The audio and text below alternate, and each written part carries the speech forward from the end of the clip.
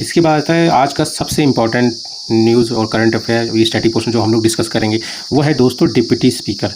ये हाल फिलहाल में न्यूज़ में क्यों है, इसके इंपॉर्टेंस के बारे में आर्टिकल में डिस्कस क्यों किया है, क्योंकि आप अगर शायद देखेंगे तो 2019 जो कि 17वीं लोकसभा सदन से अभी तक, ठीक है, मतलब डिप्टी स्पीकर की पोस्ट खाली है। ठीक है, अब कॉन्स्टिट्यूशन में तो कह रहा है कि ये पोस्ट होना चाहिए, बहुत इंपॉर्टेंट है, पर कॉन्स्टिट्यूशन में जो वर्ड यूज़ होता है, जो लैंग्वेज यूज़ होता है वो है एज सून एज, मतलब कोई टाइम लिमिट नहीं है। ठीक है, और इसमें एक चीज़ और है दोस्तों, इसमें देरी इसलिए भी हो रही है क्योंकि रूलिंग पार्टी का स्पीकर होता है और ट्रेडिशनली क्या होता है कि जो मतलब अपोजिशन पार्टी से ही मतलब आता है आपका ये क्या बोलते हैं डिप्टी स्पीकर। ठीक है, तो न्यूज़ तो आप लोग समझिए कि post of deputy speaker of Lok Sabha remained vacant since 2019, 17वीं लोकसभा सदन से ही खाली है। ठीक है, आज हम लोग जानेंगे कौन से आर्टिकल डिप्टी स्पीकर को सपोर्ट करते हैं। तो सबसे पहला आर्टिकल आता है दोस्तों आर्टिकल 93। ये क्या कहता है कि स्पीकर और डिप्टी स्पीकर इलेक्शन होना चाहिए लोकसभा के लिए। ठीक है, पर इसमें क्या बोला है, as soon as may be, यही सबसे बड़ा लूप होल है। इसमें प्रोसेस भी बताया है, पर ये सबसे बड़ा लूप होल है कि कोई टाइम लिमिट है नहीं। तो स्पीकर का तो हो जाता है अपॉइंटमेंट, है ना, क्योंकि उसके बिना काम नहीं चलेगा।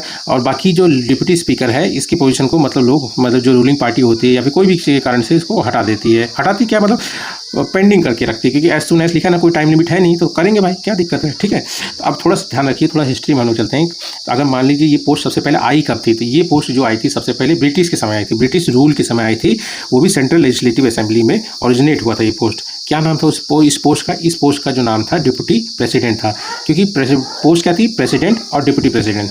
ठीक है, वही स्पीकर और डिप्टी स्पीकर बन गए। ठीक है, तो पहले जो डिप्टी प्रेसिडेंट 1921 में बने थे इंडिया के आज़ादी से पहले, वो थे सच्चिदानंद सिन्हा। कौन थे दोस्तों, सच्चिदानंद सिन्हा। एक बार मेरे साथ बोलिए, कौन थे, सच्चिदानंद सिन्हा, आज़ादी से पहले डिप्टी प्रेसिडेंट। फिर आज़ादी के बाद इसी पोस्ट को बोला जा रहा है डिप्टी स्पीकर। कौन बने सबसे पहले आज़ादी के बाद deputy speaker, M Ananthasayanam Iyengar. एक बार बोलिए दोस्तों, एम अनंत सयानम अयंगर। एक बार और बोलिए दोस्तों, M Ananthasayanam Ayyangar, first elected deputy speaker of Lok Sabha after independence.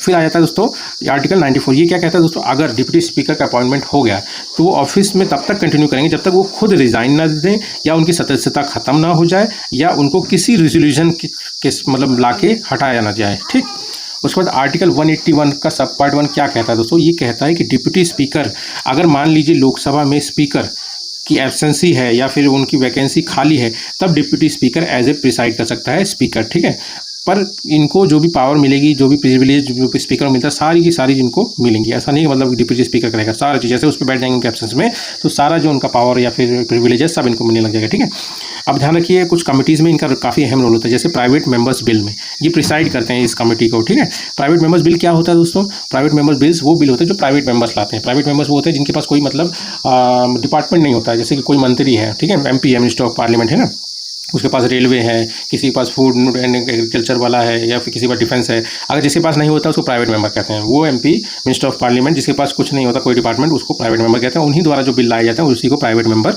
Bill कहा जाता है। ठीक है दोस्तों, और इनका दूसरा जो है कमेटी मतलब प्रिसाइड करते हैं वो है हाउस बजट कमिटीज़। ठीक है, कन्वेंशनली आप लोग जान लीजिए, कन्वेंशनली ट्रेडिशनली या परंपरागत जान लीजिए। ठीक है, स्पीकर फ्रॉम रूलिंग पार्टी होता है, डिप्टी स्पीकर फ्रॉम अपोजिशन होता है, सिर्फ और सिर्फ इसलिए ताकि एक न्यूट्रलिटी मेंटेन रहे पार्लियामेंट में। ठीक है, और ये ध्यान लीजिए जो स्पीकर और डिप्टी स्पीकर का अपॉइंटमेंट होता है ये किस मतलब मॉडल को फॉलो करता है, तो वो है Westminster model of parliamentary democracy. ठीक है दोस्तों।